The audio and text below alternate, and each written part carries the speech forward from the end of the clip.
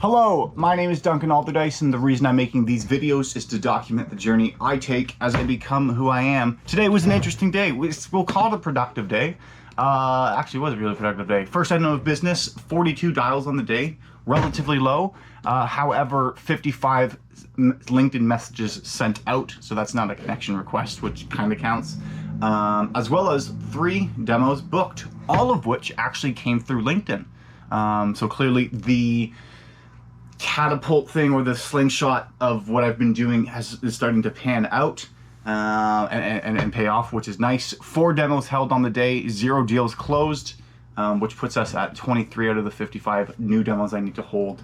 Now, a trend I'm noticing is the fact that 2 of the demos I held today were through LinkedIn self-bookings, both of which were people who did not have money, and they could not book. So I think of the LinkedIn demos, I think I'm at like 6 now of the last 9. Yeah, 6 of the last 9 of them that have booked haven't had money, which is not good. It might be more than that. Maybe not 6 of the last 9. No, it wouldn't be 6 of the last. Well, 27 total. It doesn't actually fucking matter. 6 at least of in the past month have not had money, and now that isn't good because then I'm not speaking to a qualified person right from the beginning. It's not good to get, like, someone can say that they're really excited and really want to use us, but they don't have money. But if they don't have money, then they can't actually use us. And I don't want to be too harsh and going like, well, people, like, it's not worth speaking to people who don't, because there's still value. They still could get on the free tier. But in terms of things I can do to filter those people out, will increase the amount of revenue I can generate, which will increase the amount of, like, money that I make. But yes, but the more effective I will be as the account executive that I am. So what I decided to do was to modify the LinkedIn meeting link that I have to include a question. Like, so right now it's like their first name, last name, their email address, a phone number, and then just like information about like what it is that they offer. Just like, do they offer investment management, whatever. But then I added a question at the end of that saying, are you prepared to financially invest in a program that will help scale your practice? Yes or no? The point of this is for me to know going into it whether or not that they have money.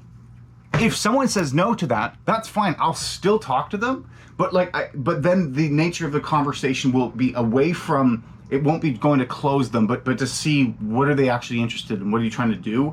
And I'm hoping to dissuade people who are just shopping around and just kind of like gathering info. It's like, if you're kind of interested, go look on the website. Again, not because I have no heart, but because, hold on, this is in the way. Like, there's a half hour. Oh, actually, hold on, no. 3 of the demos today that I booked were booked through LinkedIn. And all 3 of them, so it might be more, but like 7, all 3 of them didn't have money. Now, one guy might close in the future, but in the future isn't right now.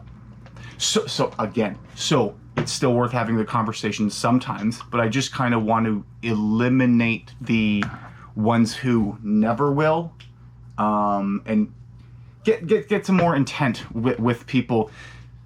Specifically because if it's the calendar invite that they see, sometimes I will book by messaging on LinkedIn and I will like fill out the information for themselves. That's different. The ones that I'm trying to eliminate are the ones who I've sent them a message, they've looked at my profile, maybe looked at the website, and then decided to book. Those ones, I'm not involved in that process. So I can't do my own disqualification right from the beginning.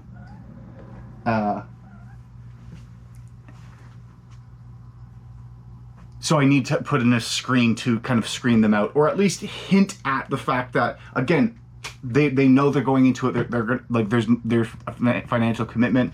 What I'm going to question to see whether or not it would be worth actually putting a monetary value there, just to kind of get it there. Like, again, put your nuts on the table. I think that's a saying.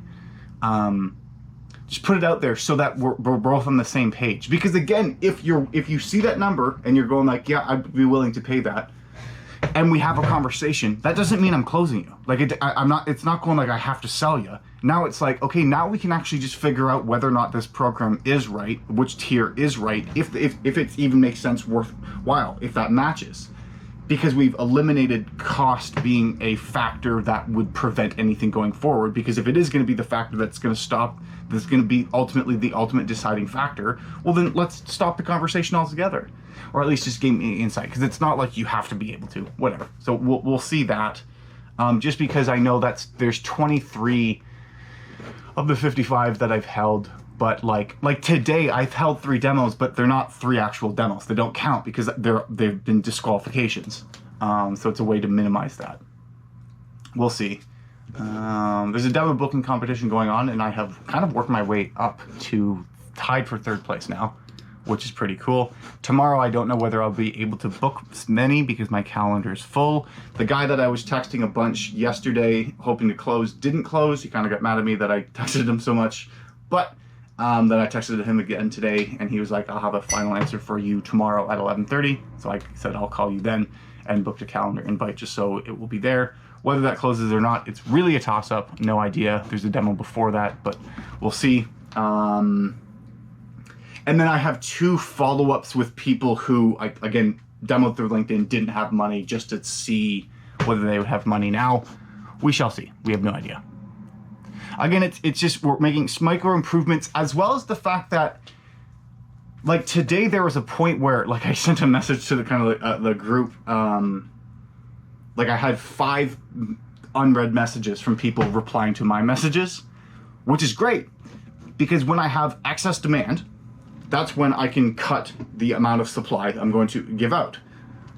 What that means is I'm not just trying to book a time with anybody. Then I'm only going to book with people who are genuinely interested. But you can only start to disqualify people that are genuinely interested if you have an excess amount of people who are interested in speaking with you.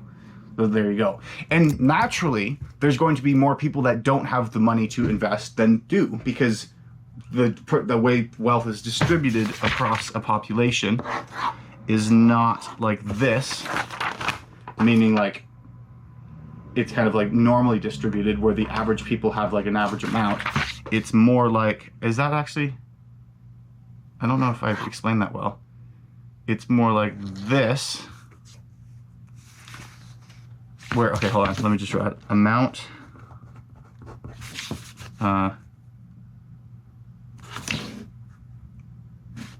of people, amount of money. So it's more like this one, which essentially is saying like most people don't have very much. That's where you see the most amount of people predominantly. And a very small amount of people have very much. It should be a bit more clear like that. So that's always going to be the case. That's how wealth is distributed. So no matter what you're selling, you're always going to have more people inquiring about it who do not have the money to invest than people who do, because naturally most people don't have as much money as that's just how it works. So it's not, I'm not frustrated at it going like, oh fuck, I'm just talking to poor people. Like, it's not so much that. It's more just, okay, before the problem was, how do I get people to book with me? Figuring out a system to do so. I figured that out. Okay, I have no problem getting people to book with me. Now the new problem, it's always good to have a new problem, is the fact that the people who I'm booking with aren't the right people, aren't qualified enough. So then what can I put in place to prevent and minimize the amount of unqualified people that are talking? Maybe this will prevent anybody from booking with me. Or maybe it won't, I don't know. But again, it's just like that, like little micro improvements, which kind of, it feels cool that I'm actually saying this out loud, because it's like, these are the things that I've been hearing the entrepreneurial videos that I've been watching speak about. And so I'm applying those concepts in real life, and it's cool to be in that position. I am in second place now on the leaderboard. Unfortunately, someone did close, the person who was in second place closed someone today. We were like, fuck. I think like 1 green without a discount behind. That's why I was frustrated that the deal yesterday did not close. So we might see something close tomorrow. We might not. I don't know.